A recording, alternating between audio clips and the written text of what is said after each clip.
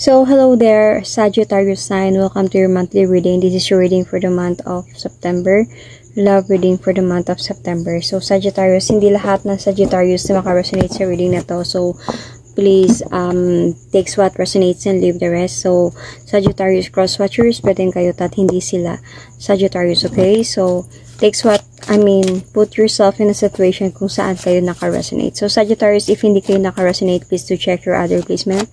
Your sun, your moon, your rising, and your Venus sign. And kahit pa naka-resonate kayo, still do check your other zodiac signs, your other placements, kasi pwedeng doon makonect yung other readings ninyo, yung readings ninyo dito. Okay, however, maka-resonate pa din kayo. So, let's start for this. This is an angel romance oracle card. So, I'm going to pick one for the Sagittarius signs out there.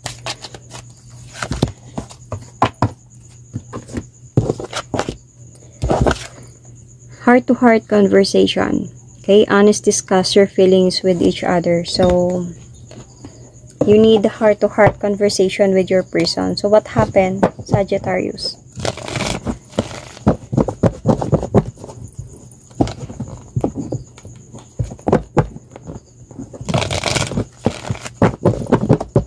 What happened, Sagittarius?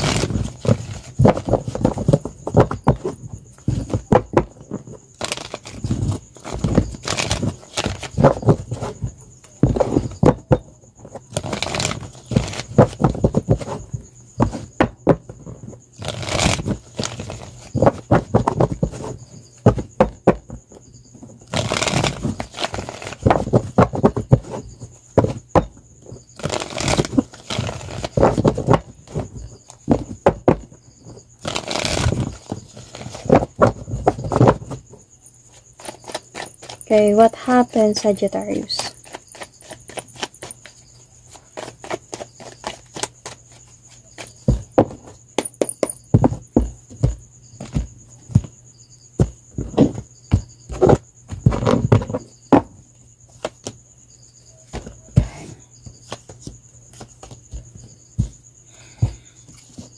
Okay. So, nangyayari ngayon sa Sagittarius, medyo mabigat yung pinagdadaanan ninyong dalawa ngayon ng partner mo. Okay, ng love life mo. Medyo burden. Medyo feeling mo ikaw lang yung nagpapasa ng problema dito. Feeling mo like nobody's helping you, like nobody cares. Parang ganun yung feeling mo. Imbalance. Okay, so you really want to have a new beginning with this person, or you really want to talk to this person about things na kailangan ayusin. Okay? You are doing your effort actually, Sagittarius. Siguro, ikaw mismo yung nakikipag-usap sa kanya to fight for this relationship. I can sense ay merong cheating na nangyayari with someone from the past na dito sa sitwasyon ninyo. But then, let's see first kung ano ba talaga yung nangyari. Okay? What happened recently?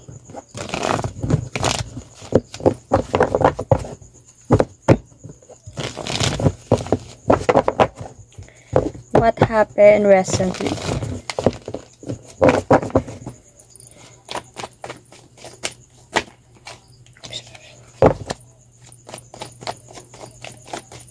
Feeling ko dito sa Sagittarius, parang naglakas ka ng loob na ayusin yung mga dapat ayusin sa kahit na medyo mabigat na yung problema mo.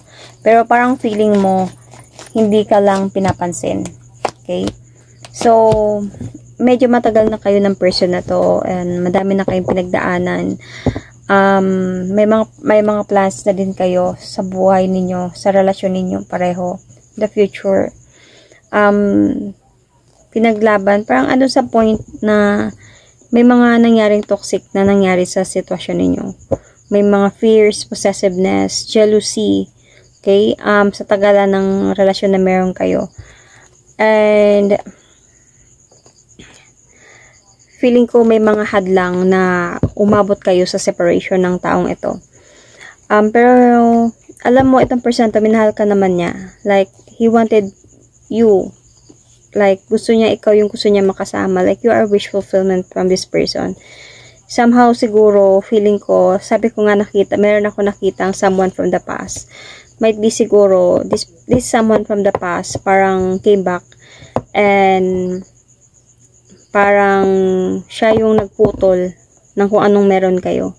So, may mga nangyayaring ganun eh. Kahit sabihin natin na matagal na kayo magkarelasyon, as long as you both know that there is past, it's either sa side mo or sa other person na side, is pwede kasi talagang mag-twist eh. Pwedeng akala mo, okay na, that was 5 years ago, something like that, or 10 years ago, pero bigla na lang lumaban, bigla na lang nandyan, humadlang. So, may mga nangyayaring ganun. Madami akong clients na nangyayaring ganun.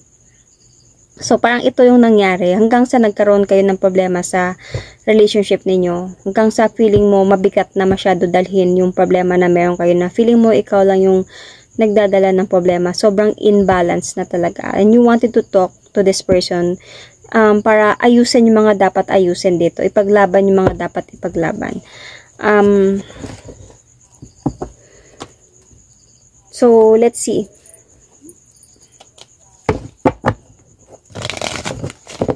Ano yung feelings the person para sa you? Might be dealing here with the Gemini, Capricorn sign, Libra, Gemini, Aquarius, Sun, Moon, Rising, Venus.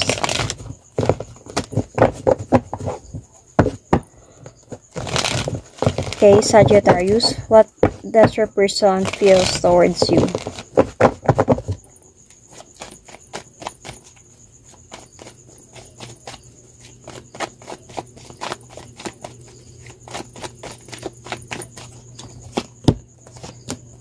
Gusto kanyang kausapin, actually, feeling ko kakausapin ka din ito kasi nandito na siya sa feeling wanted to communicate with you. Ayusin yung mga dapat ayusin. This person walk away, hindi niya ginusto. Parang wala sang choice, or sabihin natin na umalis siya ng kalmado ka para walang gulo. Parang umalis siya ng labag sa loob niya. Umalis lang siya ng kalmado sa sitwasyon ninyo. I sense that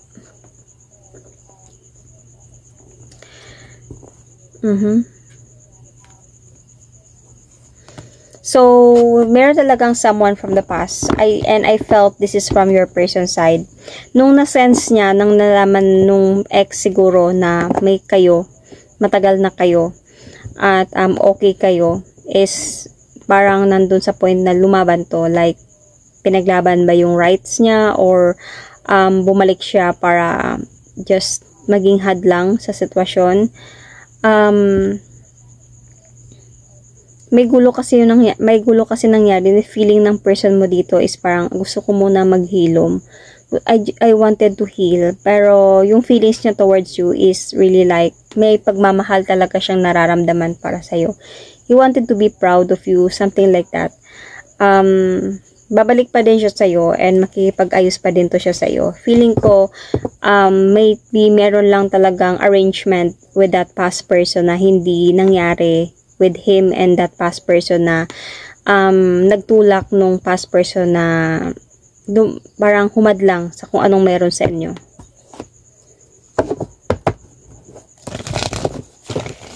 So, let's see on your side.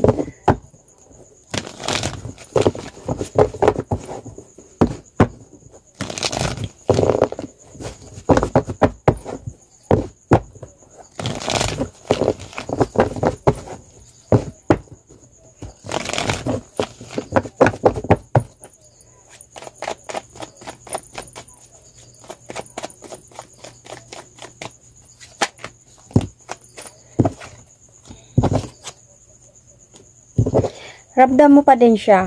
Actually, sobrang malungkot ka sa mga nangyari ngayon. Regret ko bakit mo pinasok tong sitwasyon na to. Ramdam mo pa din na babalik siya eh. And parang with that clarity na meron, parang you felt something, parang you felt na parang alam mong ipaglalaban ka pa din niya. Yun yung feeling mo this time, pero sobra ka ng stress, hindi ka na nakakatulog sa gabi. Meron ng regret sa'yo dito. Sometimes nakakaramdam ka na I wanted to have a changes, I wanted to end the cycle and to have a changes in my life because of the clarity. Okay? So parang na-stress ka dito and you wanted to have a peace of mind. Sometimes you feel like parang I wanted to move forward and never look back because of this clarity.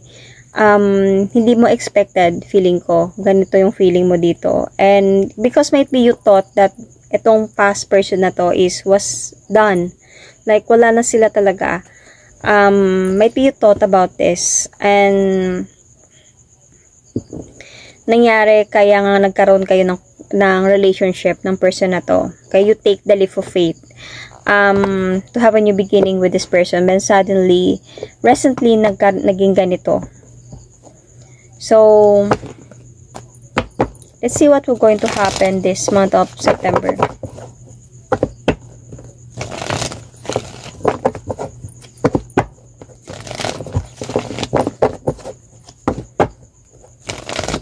You might be dealing here with a Leo sign, Cancer sign, kay Libra, Gemini, Aquarius, Sun, Moon, Rising, Venus.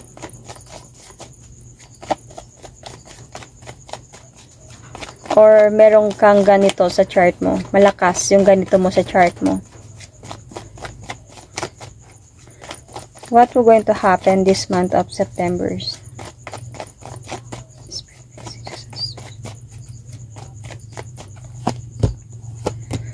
So, this month of September, feeling ko, ito na yung nangyayari na itong person na to, aalis siya ng kalmado.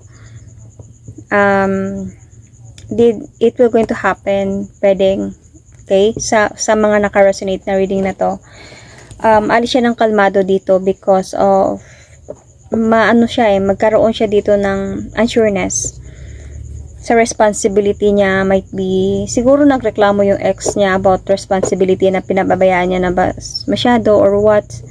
Parang gusto niya munang ayusin to, i-save yun, ayusin ng mga lahat ng yun. See, about family. So, this September, matatrap talaga siya sa situation about you and this family. Okay? Or commitment, something. Pero, alam niya naman sa isipan niya pa din, Sagittarius. Okay? Pwede tong vice versa, cross watchers, okay? Alam niya naman sa, na parang, he really like you or she really like you.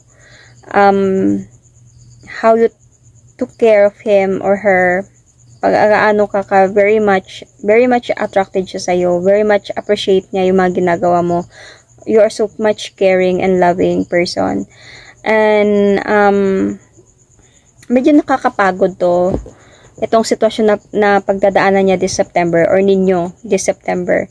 But there you will going to have the feeling of hindi mo to ma-appreciate talaga. Itong hindi mo siya maintindihan bakit niya ginawa yun.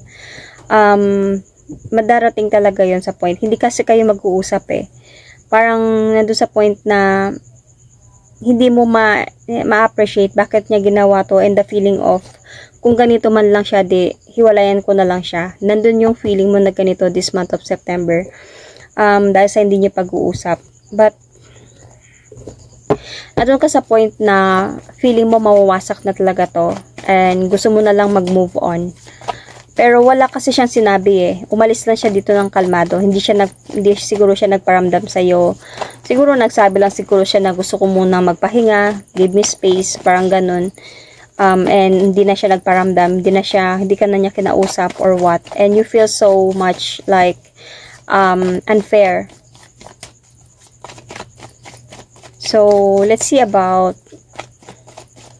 ano yung pwedeng mabigay na guide dito for you, Sagittarius, sa ganitong situation.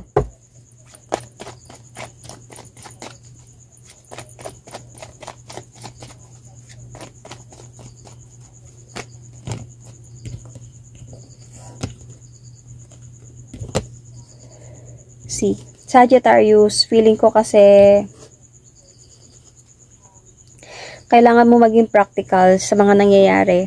I know you understand about that past person. I know that you know about that. Right now, alam mo na to. So, kailangan mo maging practical. Enjoy your life with your friends, your family, and if you are a mother, then you being a mother. Your goals, focus on your goals, self-love, self-care, you know. Parang wag ka muna talaga na magdesisyon into something, especially this Mercury retrograde. Matatapos pa siya ngayong September 14. So, wag ka muna talaga mag-decision into things like that. Kasi pwedeng magulo pa yung situation. So, hindi pa talaga siya magandang i-decision. Pakalmahin mo muna yung sitwasyon, pero kailangan mo maging practical. Okay? Wag ka masyadong magkaroon ng overthinking, something like that. So, something will going to really like change, or cycle will end towards changes talaga. This person really wanted to offer you victory. Feeling ko ex na talaga yon, na parang I can sense dito na bumalik siya for a siguro about sa mga bata, okay? About sa gastos, or nakaramdam siguro siya na parang nabaliwala yung mga gastusin sa mga anak nila or what. Kasi this is a matured one this is my father figure sa kanya. So, sustento, and nakita niya siguro, nalaman niya about sa inyo that you are happy and you are in love and something like that. Medyo na siya, nakaramdam siya ng, oh wait lang, bakit parang ganito? So, doon siya lumabag, doon siya humadlang. So, this is like, hindi totally, they are okay, much okay. Might be they're having divorce already or something, na matagal na kasi sila na wala. And, you thought about that as well. Pero parang nabigla ka na bigla siyang lumitaw at humadlang sa kung ano man meron kayong dalawa ngayon. So, may mga ganun talagang sequence na nangyayari. Hindi to imposible. Meron talaga nangyayari ganito. Especially pag itong person na to, pagdating sa kanyang responsibility. Okay? So, parang siguro naglaylo yung responsibility niya dun sa ex niya, sa ex-family niya, naatupag sa'yo. So, parang may nakapagsabi, may news, may signal. Wait lang, parang teka muna. Parang ganun. So, my guide here, my tarot cards guide for you is, huwag ka muna talaga mag-decision, especially this Mercury retrograde. I-enjoy mo lang muna yung self mo. Like, kailangan mo lang maging practical. Huwag ka masyadong mag-freak out. Kasi para walang gulo. Parang hindi gugulo. Okay, huwag ka muna mag-post anything sa social media or anything. Kasi para hindi siya masyadong gumulo. Hayaan mo lang na bigyan nyo din ng space yung isa't isa. And with this heart-to-heart conversation, honestly discuss your feelings to each other. So, somehow, after siguro ng Mercury retrograde or try to be honest sa person na to, kung ano yung decision niya. Heart-to-heart conversation, that means na there will going to have a clear conversation without any fights, arguments, confrontation, or what. Para walang gulo. So, pag-uusap to ng pag-aayos talaga sa inyong dalawa. Honesty, discuss some feelings. Kung okay pa ba tayo? O magkabalikan ba kayo? Magkakabalikan ba kayo? Ano ba yung decision mo? Ano ba yung sinabi mo ba sa kanya? Sa anything na at least kahit pa paano formal na conversation para sa inyong dalawa. Kasi mas maganda kasi yung nag-uusap kayo ng masinsinan na walang away, kasi mas nakaka-open up, lalo na yung lalaki, sa part ng lalaki, mas nakaka-open up sila, mas nagiging comfortable sila na mag-open up sa babae pagdating sa ganitong heart-to-heart conversation, kaysa sa bubuhos ka ng galit, okay, parang mananakot, something like that, anger, freaking out, parang matetense yung lalaki na parang, kung lalo na kung pareho kayo may ego and pride. So, aakyat yung pride mo, aakyat din yung pride niya. So, ano mangyayari sa inyo? Di gulo. Okay? So, mas maganda yung mayroong heart-to-heart conversation first, and magiging practical ka sa mga sasabihin mo. And wag ka, don't try to beg. Just be practical. Just, not to let him or her choose as well. Just let him or her feel comfortable about the decision na gagawin niya. So, that is my reading for you. Sagittarius sign, Sun, Moon, Rising, Venus. Thank you and God bless.